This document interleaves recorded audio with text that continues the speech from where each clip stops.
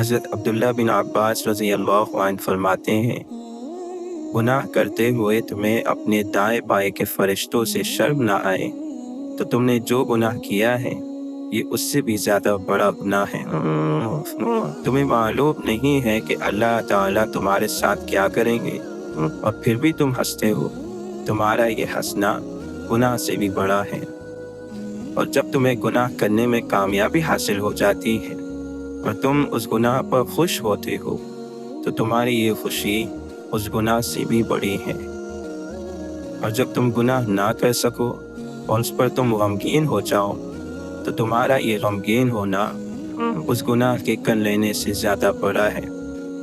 گناہ کرتے ہوئے ہوا کے چلنے سے تمہارے دروازے کا پردہ ہل جائے، اس سے تم ڈرتے ہو، اور اللہ تمہیں دیکھ رہا ہے، اس سے تمہارا دل پریشان نہیں ہوتا، تو یہ کیفیت اس گناہ کے کر لینے سے زیادہ بڑا گناہ ہے۔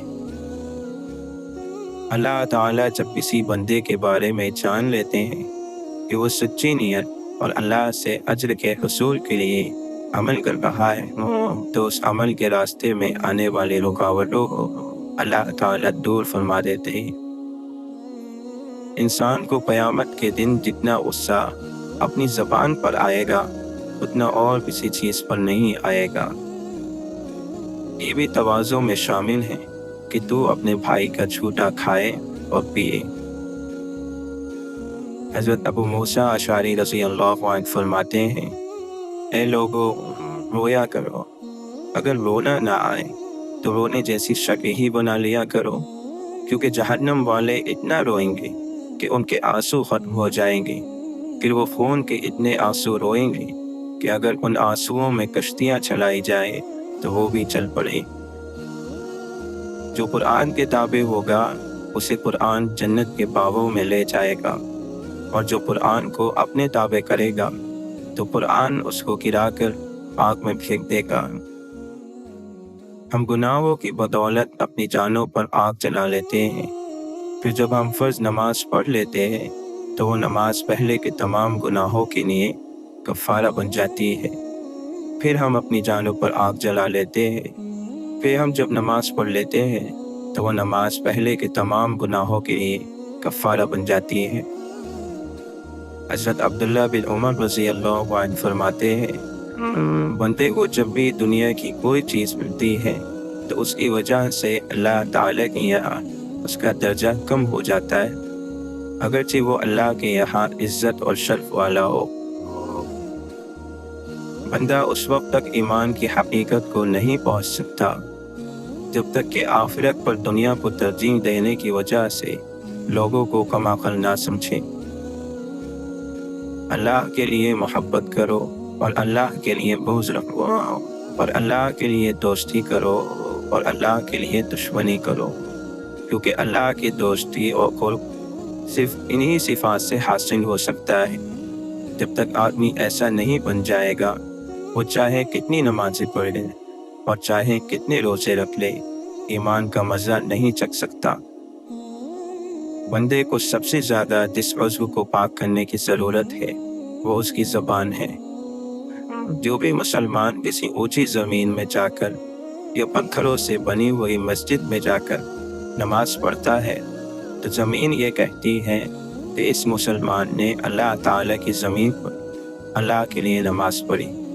اے بندے، جس دن تو اللہ سے ملاقات کرے گا اس دن میں تیرے حق میں گواہی دوں گی۔ آدمی علم کے اعلیٰ مرتبے پر اس وقت ہوگا جب اپنے سے اوپر والے سے حسد نہ کریں اور اپنے سے نیچے والے کو حقیر نہ سمجھیں اور علم کے بدلے میں کوئی قیمت نہ چاہیں۔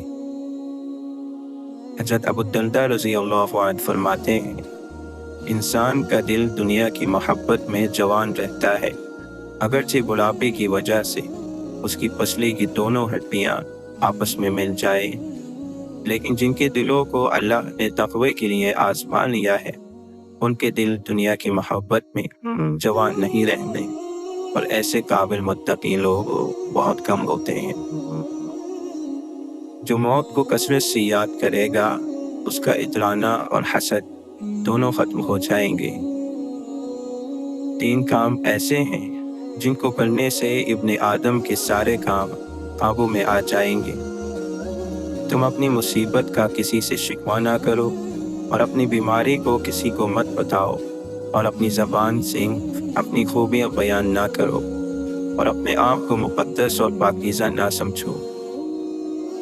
زندگی بھر خیر تلاش کرتے رہو اور اللہ کی رحمت کے جھونکوں کے سامنے خود کو لاتے رہو، کیونکہ اللہ کی رحمت کے جھونکے چلتے رہتے ہیں، جنہیں اللہ اپنے جن بندوں پر چاہتے ہیں بھیج دیتے ہیں۔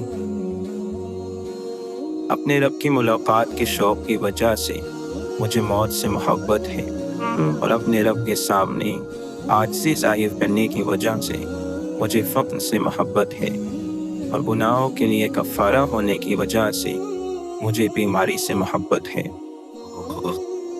بندہ جب اللہ کے حکم پر عمل کرتا ہے تو اللہ تعالیٰ اس سے محبت کرنے لگتے ہیں، اور جب اللہ تعالیٰ اس سے محبت کرنے لگتے ہیں تو اس کی محبت اپنی مخلوق میں ڈال دیتے ہیں۔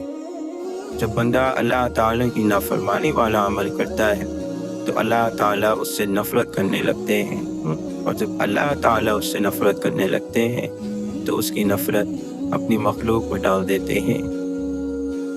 آدمی کے دینی سمجھ رکھنے کی ایک نشانی یہ بھی ہے کہ اس کا چلنا اور آنا جانا علم والوں کے پاس ہو۔ تمہیں سب سے بہتر وہ ہے جو اپنے ساتھی سے یہ کہے، آؤ مرنے سے پہلے ہم روزہ رکھ لیں، اور تم میں سب سے برا وہ ہے جو اپنے ساتھی سے یہ کہے، آؤ مرنے سے پہلے ہم کھا پی لیں اور کھیل تماشا کر لیں۔ بندہ تنہائی میں اللہ کی نافرمانی کرتا ہے، اس وجہ سے اللہ تعالیٰ اس کی نفرت مومنوں کے دل میں ڈال دیتے ہیں اور اسے پتہ بھی نہیں چلتا۔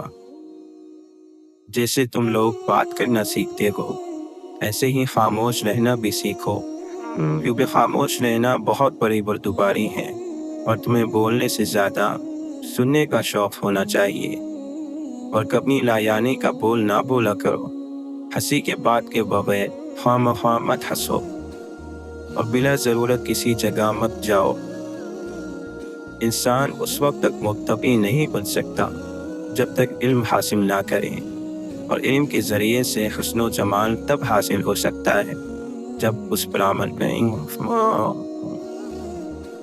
حضرت عبداللہ بن مسعود رضی اللہ عنہ فرماتے ہیں، اللہ تعالیٰ مال تو اسے بھی دے دیتے ہیں جس سے محبت ہو، اور اسے بھی دے دیتے ہیں جس سے محبت نہ ہو، لیکن ایمان صرف اسے ہی دیتے ہیں جس سے اسے محبت ہو۔ اللہ تعالیٰ ان لوگوں پر رحمت بھیجتے ہیں جو صفوں میں نماز کی پہلے صف کی طرح پڑھتے ہیں، اور اس کے فرشتے ان کے لیے دعائیں رحمت کرتے ہیں۔ جب تم دیکھو کہ تمہارے بھائی سے کوئی گناہ صادر ہو گیا ہے تو اس کے خلاف شیطان کے مددگار نہ بن جاؤ کہ یہ بد دعائیں کرنے لگ جاؤ کہ اے اللہ اسے رسوا فرما، اے اللہ اس پر لعنت بھیج، بلکہ اللہ سے اس کے لیے اور اپنے لیے عافیت مانگو۔ ہم محمد صلی اللہ علیہ وسلم کے صحابہ اس وقت تک کسی آدمی کے بارے میں کوئی بات نہیں کہتے جب تک ہمیں یہ معلوم نہ ہو جاتا کہ اس کی موت کس حالت پر ہوئی ہے۔ اگر اس کا خاتمہ بالخیر ہوتا تو ہم یقین کر لیتے کہ اسے بڑی خیر حاصل ہوئی ہے، اور اگر اس کا خاتمہ برا ہوتا تو ہم اس کے بارے میں ڈرتے رہتے۔ بہترین مجلس وہ ہے جس میں حکمت کی باتیں بیان کی جائیں۔ متقی لوگ سردار ہیں اور فقیر لوگ امت کے رہنما ہیں، اور ان کے ساتھ بیٹھنے سے ایمان اور علم میں اضافہ ہوتا ہے۔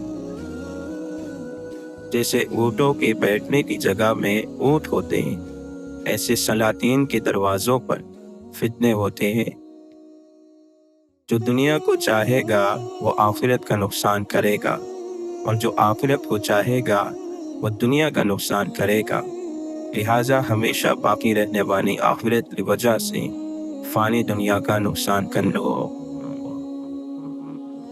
انسان جیسا بوئے گا ویسا اسے ملے گا، اور ہر انسان کو اس کے مقدر کا ضرور مل کر رہے گا۔ لہٰذا سست آدمی کے مقدر میں جو لکھا ہوا ہے وہ اسے مل کر رہے گا، اور کوئی تیز آدمی اس سے آگے بڑھ کر اس کی مقدر کا نہیں لے سکتا، اور خوب زیادہ کوشش کرنے والا انسان وہ چیز حاصل نہیں کر سکتا جو اس کی مقدر میں نہیں ہے۔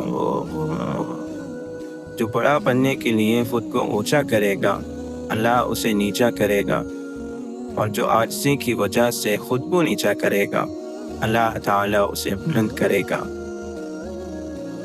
مجھے اس آدمی پر بہت غصہ آتا ہے جو مجھے فارغ نظر آتا ہے، نہ آخرت کے کسی عمل میں لگا ہوا ہے اور نہ دنیا کے کسی کام میں۔